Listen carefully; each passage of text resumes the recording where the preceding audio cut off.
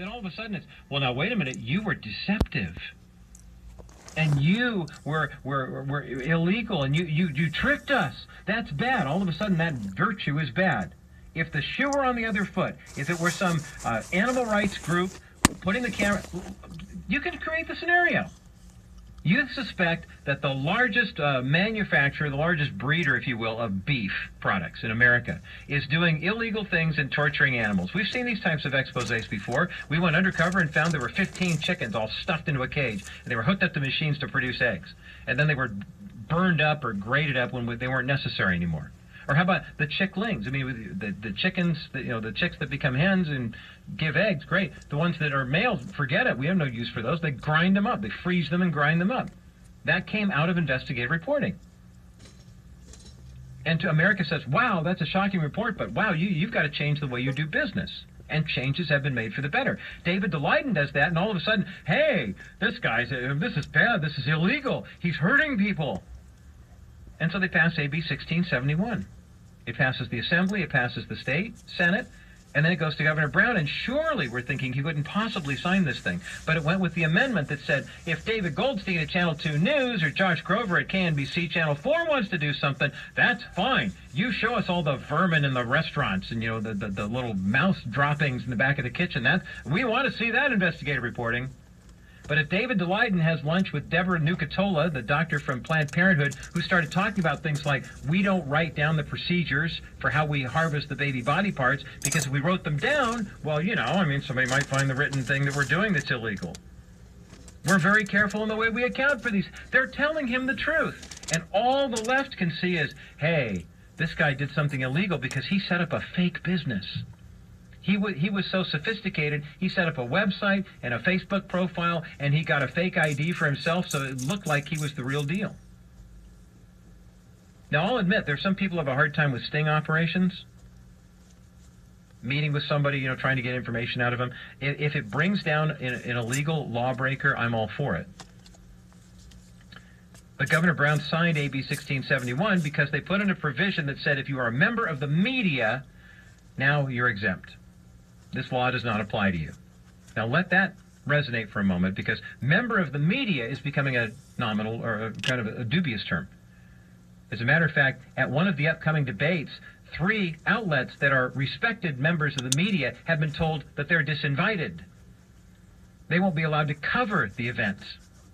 Shouldn't in a free society, shouldn't the free press be able to report, and we could decide on what we've seen?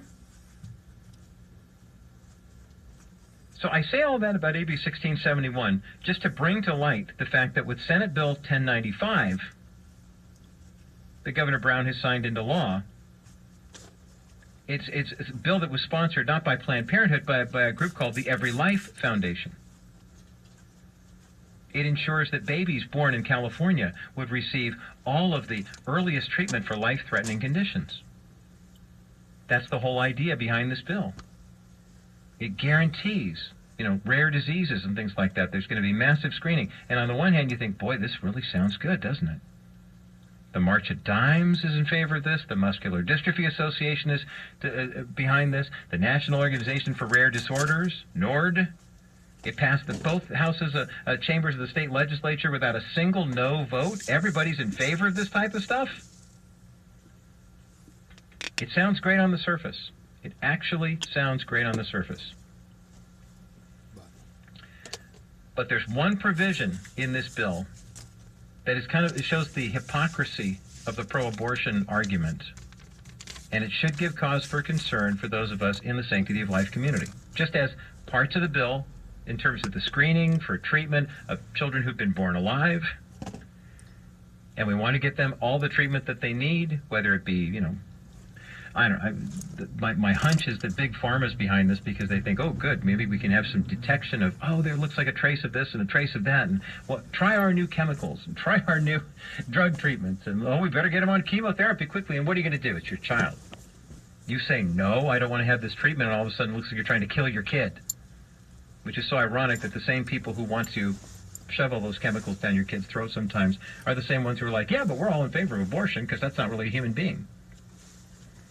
So SB 1095, on the surface, for children who have been born, appears to have thumbs up all the way around, and it's a good deal. We want to make sure that kids get screened and they have the blood work done to make sure that there aren't any sort of diseases or there's no genetic problems, mutations, this, that, and the other thing.